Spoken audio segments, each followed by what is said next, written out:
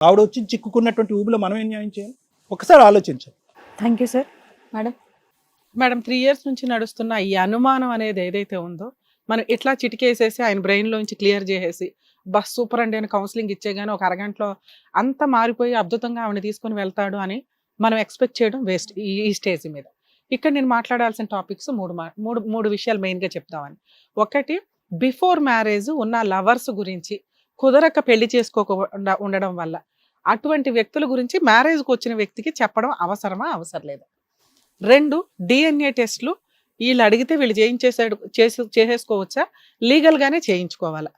3, ఈవిడ చేసింది తప్పా? ఎవరు తప్పు చేశారు? ఎవరు క్రైమ్ చేశారు? ఈ 3 విషయాలు ఇక్కడ డిస్కస్ చేస్తే ఎవరు ఏంటి అనేది వాళ్ళ గురించి వాళ్ళు ఆలోచించుకోవడం బెటర్. ఎప్పుడూ కూడా మనం అలా అనుకుంటాం కానీ ప్రతి వ్యక్తి యొక్క సహజ లక్షణం అండి. టీనేజ్ వచ్చిన దగ్గర నుంచి అవతల వ్యక్తి వాళ్ళు అట్రాక్ట్ అవ్వడం కానీ, లవ్ చేయడం కానీ, ఆ వ్యక్తినే పెళ్లి చేసుకుంటామని డిసైడ్ అయి ఉంటారు. చేసుకుందామనే లవ్ చేస్తారు. ఊరికే గాలి తిరుగుదామని ఎవరు లవ్ చేయరు. కానీ సిచ్యుయేషన్స్ వల్ల, కుటుంబ పరిస్థితుల వల్ల, ఫైనాన్షియల్ ఇష్యూస్ వల్ల, లేదా వాళ్ళ ప్రవర్తన వల్ల కొన్ని రోజులు అట్లా జర్నీ చేసిన తర్వాత ఆ వ్యక్తి నచ్చకపోవడం, డ్రాప్ అయిపోవడం, పెద్దవాళ్ళు ఒప్పుకోకపోవడం ఉంటుంది. ఇలా ఒక లవర్ ఉన్నాడండి అని అది ఆయనైనా ఈవిడైనా పార్ట్నర్కి కొత్తగా ఎంటర్ అయిన వాళ్ళకి చెప్తే ఖచ్చితంగా లైఫ్ మొత్తం ఆ హెరాస్మెంట్ కంటిన్యూ అవుతూనే ఉంటుంది. 100% ఎవరు చెప్పరు.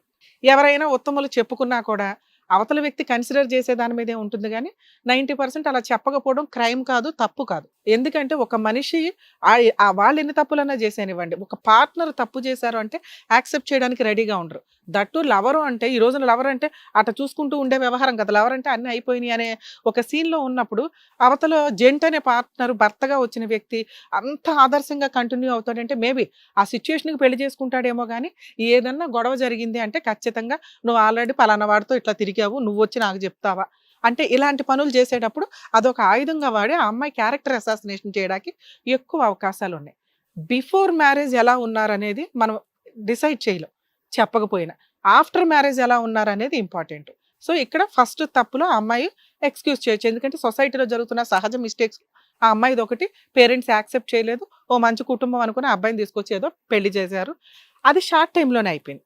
అంత షార్ట్ టైంలో అవతల వ్యక్తిని మర్చిపోతుంది అంటే మేబీ మర్చిపోవాలి, కానీ అనకూడని సందర్భంలో అనింది. ఆ పేరు ఉచ్చరించడం కానీ మాట్లాడడం కానీ అది మీకు ఇప్పుడు అర్థమైపోతుంది ఇందాక నేను ఆ టాపిక్ ఎందుకు చెప్పాను అని. ఒక భర్త అనే క్యారెక్టరు అంత ఉత్తమంగా యాక్సెప్ట్ చెయ్యరు భార్యకి లవర్స్ ఉన్నారు అని. జస్ట్ ఒక మాట ఒక అనకూడని పరిస్థితిలో అనింది కాబట్టి అది పట్టుకొని 3 years నుంచి ఆయన ఇట్లా ఈ అమ్మాయికి ఒక లవర్ ఉన్నాడు కాబట్టి ఈ పుట్టిన పిల్ల నాకు పుట్టల 3 daysకి నేను కలవగానే ప్రెగ్నెన్సీ వచ్చేసి ఉంటుందా, ఇదేదో తేడా వ్యవహారం, ఈ వంక పెట్టుకుని ఈ అమ్మాయిని వదిలేయడానికి నాకున్న అవకాశం అంటే అతను యాక్సెప్ట్ చేయలేకపోతున్నాడు. ఆ ఒక్క మాటనే యాక్సెప్ట్ చేయలేక ఆవిడ తప్పు చేసిందా, నిజమా కాదా, ఆ DNA టెస్ట్ ఏంటి, లేకపోతే పంచాయతీలు ఏంటి, లేదా కోర్టుల చుట్టూ తిరగడం ఏంటని ఆయన డిసైడ్ చేసుకోవడం మానేసి ఈవిని ఉంచుకోవాలా వదిలేయాలని డిసైడ్ చేయకుండా ఒక లేడీ తప్పు చేసింది కాబట్టి నేను పెద్దగా ఇంకెవరితోనన్నా తెచ్చుకొని పెట్టుకుంటే నన్ను అడగడానికి ఈ అమ్మాయికి వాయిస్ ఉండదు. ఆవిడ చేసింది బిఫోర్ మ్యారేజ్ చేసిన మిస్టేక్ని ఆయన 1.5 monthలో కొలీగ్ క్యారెక్టర్లో ఉన్న ఒక ఆవిడని తీసుకొచ్చి ఈ రోజున ఇక్కడ కూర్చోబెట్టి సార్ ఎటు కూర్చుంటారండి అంటే వెళ్ళి ఆవిడ వైపు కూర్చున్నాడు. అక్కడ అర్హతే లేదు. మరి వాళ్ళిద్దరూ చెప్తున్న స్టోరీలు చాలా డిఫరెంట్గా ఉన్నాయి. అంటే మనం ఇక్కడ పెద్ద కౌన్సిలింగ్ ఇచ్చి ఆయన్ని ఇక్కడ మనం కలిపి పంపించినా అదేదో షో కోసం పంపించినట్టే ఉంటుంది తప్ప రియాలిటీ ఏంటి అంటే ఆ వ్యక్తి యొక్క మాటలు మాట్లాడిన విధానం వెంటనే మారిపోయేంత అయితే అనిపించట్లే. ఎందుకంటే డే 3rd విన్న డైలాగ్ని 3 years కంటిన్యూ చేస్తూ ఆ అమ్మాయికి పెద్ద పనిష్మెంట్ ఇవ్వాలి అని ఒక స్త్రీతో 3 years నుంచి లివింగ్లో ఉన్న వ్యక్తి తాళి కూడా కట్టేసి ఉండొచ్చు కానీ మనకి ఇక్కడ లీగాలిటీ నుంచి తప్పించుకోవడానికి ఆయన మాట్లాడుతున్న వ్యవహారం. సో అసలు ఆయన ఈ అమ్మాయిని వదిలించుకోవాలంటే ఒక్క డైలాగ్ చాలు. నువ్వు థర్డ్ రోజు ఫస్ట్ నైట్లు జరుగుతున్న 3వ రోజే నువ్వు ఆ సందర్భంలో ఒక వ్యక్తిని మాట్లాడావు. సో నీకు ప్రెగ్నెన్సీ వచ్చింది. ప్రెగ్నెన్సీ కన్ఫర్మ్ అయిన దగ్గర నుంచి ఆయన పెద్ద మనుషులు పంచాయతీలు పెట్టొచ్చు. ఈ అమ్మాయి ఆల్రెడీ అత్తగారికి చెప్తుంది, అమ్మా నాన్నకి చెప్తుంది, ఈయన దగ్గరికి రావట్లేదని, పిల్ల పుట్టేసింది, అప్పుడు కూడా మాట్లాడలే ఏమి. DNA టెస్ట్ అని ఆ పాప పుట్టిన దగ్గర నుంచి మాట్లాడుతున్నాడు. దానికంటే వదిలేయడం బెటర్. ఆయన అన్నిసార్లు అడిగి హెరాస్ చేయడం కంటే అది చాలా పెద్ద హెరాస్మెంట్. ఎవరికి పుట్టారనేది ఆ అమ్మాయికి తెలుసు, ఈయనకి తెలుసు, కానీ అప్పటికే ఈవిని కంటిన్యూ చేస్తున్నాడు. ఇలా కంటిన్యూ చేసిన వ్యక్తిని సపోర్ట్ చేసుకోవాలి అంటే ఆయనకున్న అవకాశం ఈ డిఎన్ఏ టెస్ట్ ఆవిడ ఎట్లాగో చేయించుకొని ఉంటది. భూ ప్రపంచంలో ఎవ్వరూ కూడా మీరు డిఎన్ఏ టెస్ట్‌లని అడగగానే డిఎన్ఏ టెస్ట్‌కి యాక్సెప్ట్ చెయ్యరు. డిఎన్ఏ టెస్ట్ గురించి సెకండ్ పాయింట్ మాట్లాడుతున్నా. డిఎన్ఏ టెస్ట్ చేయించే రైట్స్ ఏ పార్ట్నర్‌కి లేదు. ప్రైవేట్‌గా ఎవరైనా డిఎన్ఏ టెస్టులు చేయించుకొని సీక్రెట్‌గా బ్లడ్ తీసుకొని వెళ్ళిపోయి డిఎన్ఏ టెస్టులు చేయిద్దామంటే అది చాలా పెద్ద క్రైమ్. అందులోనూ తల్లికి ఇష్టం లేకుండా చేయించడం కుదరదు. మీకున్న లీగాలిటీ ఏంటి? అదేంటి మరి డిఎన్ఏ టెస్ట్ చేయకపోతే ఆ పుట్టిన పిల్ల నాకా కాదా నాకు ఎట్లా తెలుస్తది? నా హక్కులు నాకు డ్యామేజ్ అవుతాయి అంటే మీరు పద్ధతిగా కోర్టుకి వెళ్ళి ఆవిడ మీద కేసు ఫైల్ చేయాలి. నాకు ఈ అమ్మాయి వద్దండి. ఈ అమ్మాయి థర్డ్ రైట్ రమేష్ అనేవాడిని కలవరించింది. 3 రోజులు మేమిద్దరం కలిసినందుకే ప్రెగ్నెన్సీ వచ్చింది. ఈ పిల్ల మీద నాకు డౌట్ ఉంది. పుట్టిన పాప డిఎన్ఏకి పర్మిషన్ ఇవ్వండి అని పిటిషన్ వేసుకుంటే కోర్టు గవర్నమెంట్ అథారిటీస్‌కి, గవర్నమెంట్ హాస్పిటల్స్‌కి డైరెక్షన్ ఇస్తారు. ఇవ్వాలా వద్దా అని కూడా మీ కేసుని బట్టి డిసైడ్ చేస్తారు. మీరు పక్కన ఈ దుకాణం పెట్టుకొని వెళ్ళి నేను పతివ్రత శ్రీరామచంద్రుడిని అంటే ఇవ్వరు. మీరు కరెక్ట్‌గా ఉండి అడిగితే అరే అబ్బాయి లైఫ్ ఎందుకు స్పాయిల్ చేయడం అని అప్పుడు ఇస్తారేమో. అది రేర్ ఆఫ్ రేర్ కేసుల్లో ఏ కేసులోనూ డిఎన్ఏ టెస్ట్‌లు ఉండవు. ఆవిడ కాదు అన్నంత మాత్రాన మీరు ఇదే పని పట్టుకొని ఆ వంకతోటి ఇక్కడ కంటిన్యూ చేయడం కుదరదు. అంటే మీకు డిఎన్ఏ టెస్ట్ చేయించాలంటే కోర్టు పర్మిషన్ తోటే తప్ప అడిగి 3 ఇయర్స్ నుంచి ఆవిడకి మెంటల్ హెరాస్మెంట్ మీరు క్రియేట్ చేసినట్టు లెక్క. ఆ అమ్మాయికి ఆ లీగాలిటీ తెలియక ఈ రోజుకి ఆ అమ్మాయి పోలీస్ స్టేషన్‌కి వెళ్లి కంప్లెయింట్ ఇవ్వల. ఎందుకంటే 4 గోడల మధ్య ఆల్రెడీ ఉంచారు. కుటుంబం నడుస్తుంది, తిండి నడుస్తుంది, చూసేవాళ్ళు ఎవరు లేరు. ఈ రోజు కాకపోతే రేపైనా భర్త వస్తాడు కదా అని. 2 నెలలకు ఒకసారి వస్తున్నావు, పక్కన పడుకుంటున్నావు. నీకు అంత ఇష్టం లేనప్పుడు అమ్మాయి దగ్గరికి ఎందుకు వెళ్తున్నావు? నెలకొకసారి వెళ్తున్నావు. బాబు మరి అమ్మాయి దగ్గరికి ఎందుకు వెళ్ళట్లేదంటే, వెళ్తున్నాను కదా మేడం నెలకొకసారి అన్నావు. నీకు ఒక అనుమానం ఉంది కదా. అనుమానం ఉన్నప్పుడు ఆ అమ్మాయి నాకు వద్దంటే ఆ క్యారెక్టర్ లెస్ నేనేం శ్రీరామచంద్రుడిని, నేను అసలు ఈ అమ్మాయిల మొహాలే చూడను అని నువ్వు కదా కూర్చోవాల్సింది. మళ్ళీ అక్కడికి వెళ్ళి ఎందుకు వాడేస్తున్నావు ఆ అమ్మాయిని? రెగ్యులర్‌గా అక్కడ ఉంటున్నావు. 29 డేస్ అక్కడ ఉంటున్నావు, ఒక రోజు ఇక్కడ ఉంటున్నావు. ఏ రకంగా నువ్వు గొప్పోడివి? ఈ అమ్మాయి చేసింది ఎవరినో లవ్ చేయడం తప్పు. అది బిఫోర్ మ్యారేజ్. ఆఫ్టర్ మ్యారేజ్ నువ్వు చేసింది క్రైమ్. ఒక అమ్మాయికి పనిష్మెంట్ ఇవ్వడానికి డిఎన్ఏ టెస్ట్ అని అరేంజ్ చేస్తున్నావు. ఫిజికల్‌గా దగ్గరికి వెళ్ళట్లేదు. పైగా అక్కడ ఒక క్యారెక్టర్ అసాసినేషన్ చేస్తూ మళ్ళీ అప్పుడప్పుడు వెళ్లి వాడుతున్నావు. ఇక్కడికొచ్చి ఈ అమ్మాయి దగ్గర కూర్చొని మేడం నాకు ఇద్దరు కావాలంటున్నావు. ఏ రకంగా నువ్వు మంచోడివి? ఆఫ్టర్ మ్యారేజ్ ఆ అమ్మాయి ఏమైనా చేసిందంటే మీరు ఇక్కడ చేస్తున్న ఎలిగేషన్ ఫోన్‌లు మాట్లాడుతుందండి అని. ఈ రోజుకి ఆ రమేష్ అనే క్యారెక్టర్‌ని మీరు పట్టుకోలేదు. ఏ రకంగా వచ్చి ఇక్కడ మాట్లాడతారు మా దగ్గర? ఇక్కడ ఆ అమ్మాయి చేసిన తప్పు కంటే మీరు చేసిన క్రైమ్ ఎక్కువ కనిపిస్తుంది. ఇక ఈవిడ విషయానికొస్తే చాలా నెమ్మదిగా ఎవరినో ఉద్ధరించడానికి అసలు ఒక స్త్రీకి స్త్రీనే శత్రువు అంటే ఇట్లాంటి కేసులు వింటేనే తెలుస్తుంది. ఇక్కడ ఒక అమ్మాయి జీవితం నాశనం అవుతుంది. నువ్వొచ్చి పతివ్రతలా మాట్లాడుతావు. నువ్వెక్కడ పతివ్రతవి? ఆ పిల్ల ఎవరినో లవ్ చేసింది. నువ్వు చేసింది ఏంటి? అక్రమ సంబంధం. హీనమైన రిలేషన్ ఇది.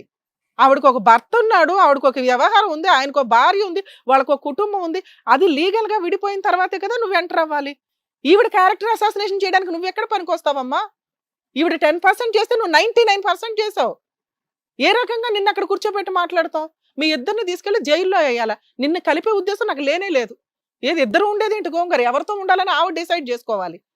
ఆ అమ్మాయి ఇప్పుడు కేసు ఫైల్ చేస్తే ఈ వీడియోని మేము ఆ అమ్మాయికి హ్యాండ్ ఓవర్ చేస్తే అలా వెళ్ళి మీ ఇద్దరిని జైల్లో వేస్తారు. ఎందుకంటే ఆవిడ తాళబొట్లు మేము పెళ్లి కాలేదంటే మీరిద్దరూ చెప్తే సరిపోదు. మాకు టీం ఉంది, మేము చేయాల్సిన ఎంక్వైరీలు చేస్తాం. మీరిద్దరూ ఇంట్లో కట్టేసుకున్నారు తాళి. ఎందుకంటే ఇందాక మీరే చెప్పారు డైలాగ్. ఆవిడ మీద ఇంకెవడో ఖర్చు వేయకుండా. నీకున్న అనుమానాలకి ఆవిడ తాళి లేకపోతే ఇంకోటి ఖర్చు వేస్తాడని నీకు తెలుసు. సరే నీకు అర్థమవుతుందా తల్లి? నువ్వు ఆ తాళి వేసుకోకపోతే నీ మీద ఎవడో ఖర్చు వేస్తాడు.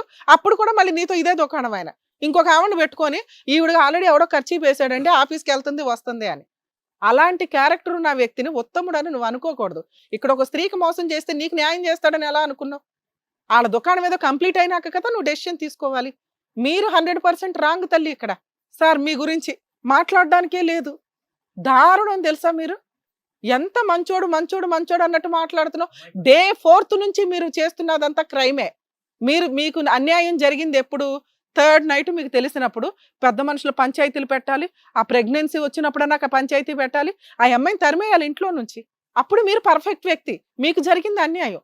అక్కడ జరిగిన చిన్న తప్పుకి మీ అన్యాయాన్ని బయట పెట్టకుండా అలాగే అన్ని నడిపించేస్తూ ఇక్కడికి దొంగడం నడిపించేసి మీరేమంటున్నారో తెలుసా? ఆ అమ్మాయి తప్పు చేసింది కాబట్టి నన్ను జీవితకాలం ఇట్లా భరించాలి అని. ఏ స్త్రీ కూడా అలా భరించదండి. భర్త పూర్తిగా తనకే కావాలి. నాకు వద్దు ఇట్లాంటి వాడు అంటే మేము అసలు హ్యాపీగా అసలు మీ ఇద్దరిని ఎక్కడ ఉంచాలో అక్కడ ఉంచుతాం. కానీ కర్మ అమ్మాయి నాకు భర్త కావాలండి అంటుంది. ఇక న్యాయం చేయాల్సింది ఆ అమ్మాయికి. మీరు చేసిన క్రైమ్కి పనిష్మెంట్ ఇవ్వాలా లేదనేది ఆవిడ ఆలోచించుకోవాలి. మీరిద్దరు కలిసి ఉంటారా కలిసి ఉండరా అంటే 100% మీరు ఆ అమ్మాయిని అయితే వదలరు. మీరు మాట్లాడుతున్న విధానానికి ఆవిడ ఇక్కడ ఏదో మేము తిట్టామని డ్రామా ఆడుతుంది తప్ప ఆవిడ మిమ్మల్ని వదలదు. ఈవిడ ఏం చేయాలనేది మేము ఇప్పుడు ఆలోచించాలి. మీరేమంటారు? ఇద్దరు కావాలంటారు. ఈ హెరాస్మెంట్ జీవితకాలం నడిపిస్తారు కదా. ఇందులో ఇంకో కర్మ ఏంటో తెలుసా, మీరు చాలా పాపం కూడా మూట కట్టుకుంటున్నారు. ఒక పిల్లని నాకు పుట్ల అని జీవితకాలం మీరు DNA టెస్ట్ కోసం అడుగుతారు చూడు, ఏదో ఒక రోజు ఆ పిల్లే మీకు గత అవుతుందండి. ఆ రోజు మీరు ఎంత పశ్చాత్తాపడినా యూజే లేదు. మీకోసం ఇక్కడ DNA టెస్ట్ చేయించాల్సిన అవసరం లేదు, కోర్టుకి వెళ్ళాల్సిన అవసరం లేదు. ఎందుకంటే ఆ రమేష్ అనేవాడే గోంగూర ఎక్కడ లేడు, సీన్లోనే లేడు. ఆ పిల్ల ఎవరితోనూ మాట్లాడలా, మేము ఆల్రెడీ ఎంక్వైరీలు చేసామని. ఆ అమ్మాయి పర్ఫెక్ట్, మీరిద్దరే క్రిమినల్స్ ఇక్కడ. చెత్త క్యారెక్టర్స్ ఎవరైనా ఉంటే మీరిద్దరు ఇక్కడ. నాన్న ఇప్పుడు మీకు అర్థం అవుతుందా? ఇలాంటి భర్తని మేము ఇక్కడ ఈ స్టేజ్ మీద నీకు అంటగట్టి పంపించాం. ఎందుకంటే ఆయన రియలైజ్ అవ్వాలి, ఆయన మారాలి. ఆయనకి పనిష్మెంట్ ఇస్తావా, కోర్టుల చుట్టూ కేసులు వేస్తావా, నువ్వు ఆ ఇల్లు వెకేట్ చేయాల్సిన అవసరం లేదు. అదే ఇంట్లో ఉండు, మీ అత్త మామలతో కూడా మేము మాట్లాడతాం. ఇప్పుడు ఎలా నడుస్తుందో అలాగే నడుస్తుంది. కానీ ఆయన చేసిన తప్పుకి నువ్వు పనిష్మెంట్ ఇవ్వాలి అనుకుంటే అన్ని రకాల కేసులు ఆ ఇంట్లోనే ఉండి వేసే హక్కులు నీకున్నాయి. మెయింటెనెన్స్ వస్తుందమ్మా, ఈ మధ్య మెయింటెనెన్స్ ఎరగదీస్తున్నారు, గట్టిగా ఆర్డర్ అవుతుంది, కాలు మీద కాలు వేసుకుని బతకొచ్చు నువ్వు. ఇలాంటి వ్యక్తికి ఆ పనిష్మెంట్ బెటర్ అనేది నా ఉద్దేశం. లేదు మేడం, మా ఆయన నాకు వచ్చేసేస్తారు. అది ఇలాంటి బంగారం లాంటి పిల్లను వద్దనుకుంటున్నావు నువ్వు. ఏం చెయ్యాలి ఇట్లాంటి వాళ్ళు? మీరు అక్రమ సంబంధాలు పెట్టుకొని తిరిగేస్తారు. వీళ్ళేమో పతివ్రతలాగా మాకు భర్తే కావాలండి అంటారు. కనీసం నీకు పనిష్మెంట్ ఇప్పించడానికి కూడా అమ్మాయి రెడీ అవట్లా. ఇలాంటి అమ్మాయి నాకు కాదనుకుంటున్నావు. ఇప్పుడు ఆలోచించండి సార్, మీ మనస్సాక్షికి ఎవరు ఇక్కడ మీ ఇద్దరు ఎవరు కరెక్ట్గా ఉన్నారని చెప్పండి సార్. ఇప్పుడు మీ ఇద్దరు ఎవరు కరెక్ట్ అని మీకు అనిపిస్తుంది? మీ మనస్సాక్షికి ఒకసారి అనుకుని ఆలోచించి చెప్పండి. ఇలాంటి బంగారం లాంటి భార్యను కాదనుకుని మాట్లాడుతున్నారు మీరు. ఎందుకు మీకు కౌన్సిలింగ్లు ఇవ్వాలి మేము? మీ ఇద్దరు కలిస్తే వదిలేస్తానని చెప్పింది ఆవిడ, మీతో ఉంటానని కూడా చెప్పట్లా. సిగ్గులేకుండా నువ్వు వెనకాల పడుతున్నావు అక్కడ. ఈవిడేమో నా భర్తే కావాలండి, ఏం చేసినా పర్లేదండి అంటుంది. చెప్పండి ఏం చేద్దాం, మీరు చెప్పండి, మీరేం చెప్తే అదే. సరే మేడం, నా తప్పు నేను తెలుసుకున్నాను. వచ్చి ఇక్కడ కూర్చోండి మీరు.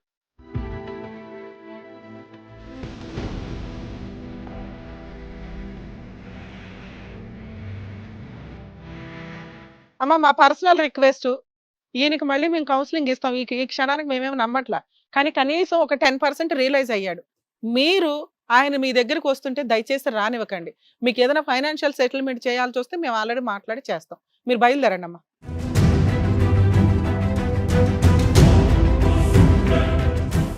సార్, ఇలా అమ్మాయి ఒకటి దొరకడం అనేది భారీగా చాలా కష్టం. మీరు చేసింది చాలా 100% మిస్టేక్. ఇంకొకసారి DNA టెస్ట్ అని అనకండి. ఎందుకంటే ఈ అమ్మాయి ఫోన్లన్నీ మేము ఎంక్వైరీ చేసాం, అమ్మాయి ఎవరితోని మాట్లాడట్లా. మీరేదో మీ తప్పుని సపోర్ట్ చేసుకోవడానికి రిపీటెడ్గా ఫోన్లు మాట్లాడుతుందని అన్నారు. అది వాళ్ళ ఇంట్లో వాళ్ళతోనే మాట్లాడుతుంది, మీ కష్టం గురించి. అర్థమవుతుందా అమ్మ? నువ్వు కూడా ఆ తొక్కులో ఫోన్లు ఆపేసే తల్లి. ఆ కష్టం ఏదో ఆయనతోనే మాట్లాడుకో, అర్థం చేసుకుంటాడుగా. అంత క్రూయల్గా ఏం కనిపించట్లా. చేయాల్సింది ఏదో మగబుద్ధులు ఉంటాయి కదా అక్కడక్కడ కొంతమందికి, ఇట్లాంటి వాళ్ళకి అది చూపించాడు అంతే. నువ్వు అడిగావు, మీ భర్తని ఇచ్చావు. ఎక్కడికి వెళ్తాడు ఏంటి అనేది మేము మళ్ళీ మాట్లాడతాం తల్లి. అక్కడికి వెళ్ళనివ్వకుండా ఆ అమ్మాయికి కూడా ఏదైనా ఫైనాన్షియల్ సెటిల్మెంట్ చేయాల్సి ఉంటుంది. మీరిద్దరూ ఒకసారి ఆలోచించుకొని ఫుల్ అండ్ ఫైనల్ సెటిల్మెంట్ చేసుకుని ఏదైనా లెటర్ రాయించుకోండి. ఎందుకంటే భవిష్యత్తులో మళ్ళీ అమ్మాయి నన్ను 3 ఏళ్ళు వాడేసుకున్నాడు అని కేసులు వేయకూడదు కదా. అర్థమవుతుందా? ఓకే అమ్మా, జాగ్రత్త. ఆల్ ది బెస్ట్ నాన్న, జాగ్రత్త.